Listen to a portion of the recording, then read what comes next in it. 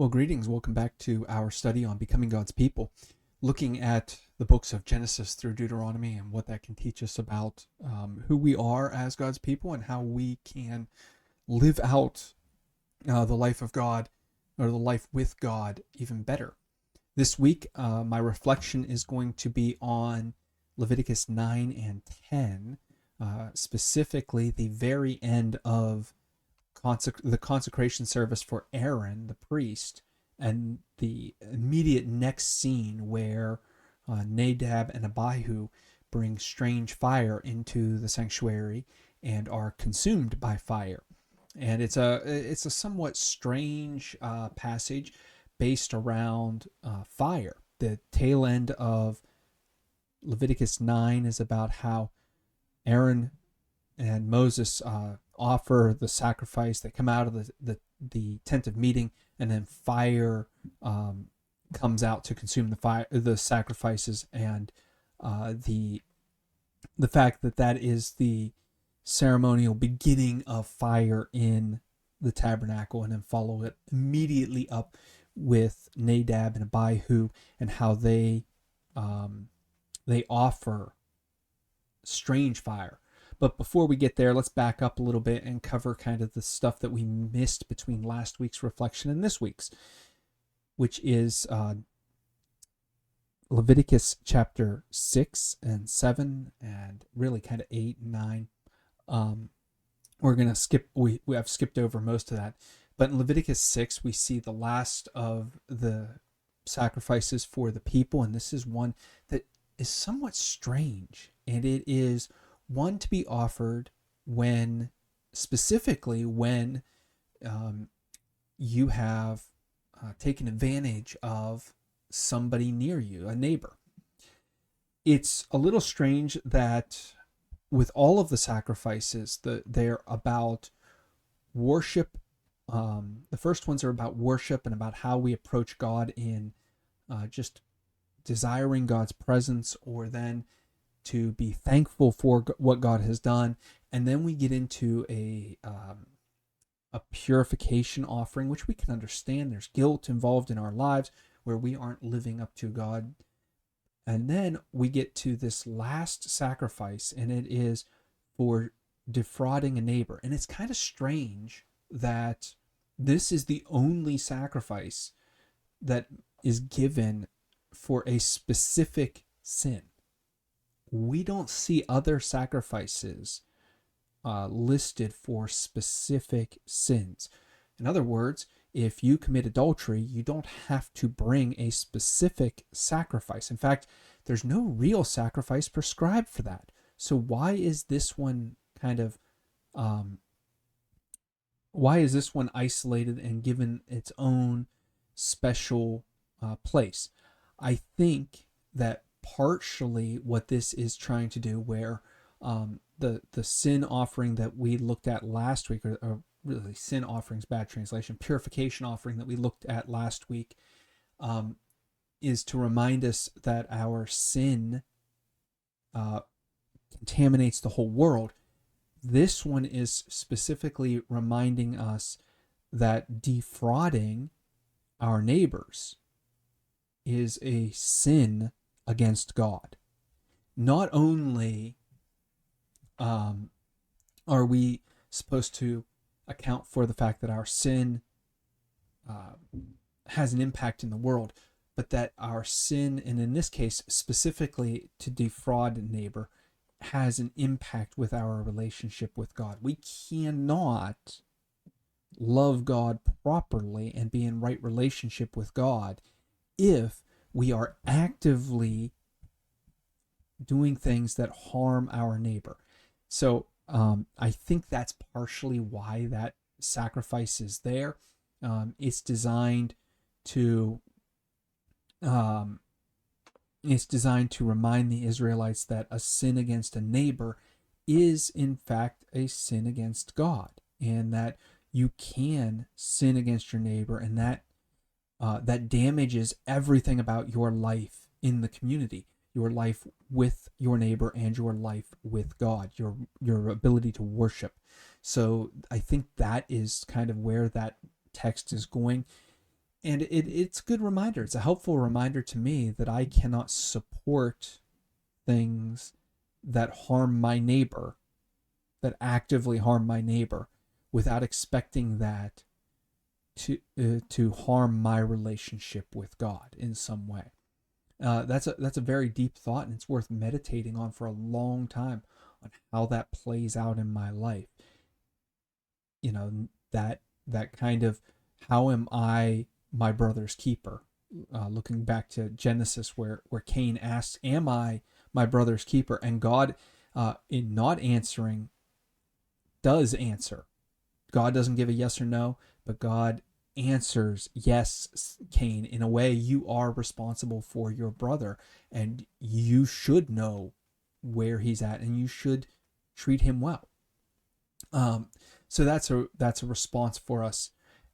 Then we get into how the priests are going to, or the priestly responsibilities for these sacrifices, and what that means for the priests and how they should operate, which is slightly, it's slightly less important to us today because we don't have this same cultic practice for Israel, or that Israel had.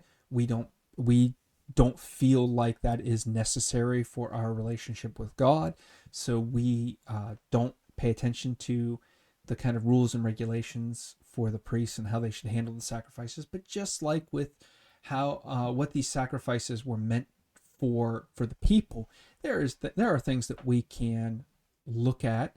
There are some things like what pieces of the sacrifice belong to the priests, and we recognize that these are important because immediately after it we see the consecration of the high priest. And the first thing that the high priest does is offer a sacrifice. Aaron offers a sacrifice from every class of sacrifice. He offers the whole offering.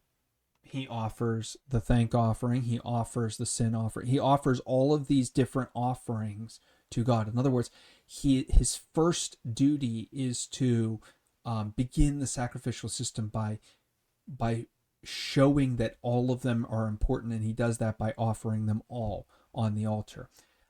It's also important to notice that when he does give the offerings, one of the things that he gives is the priestly portion of the offering.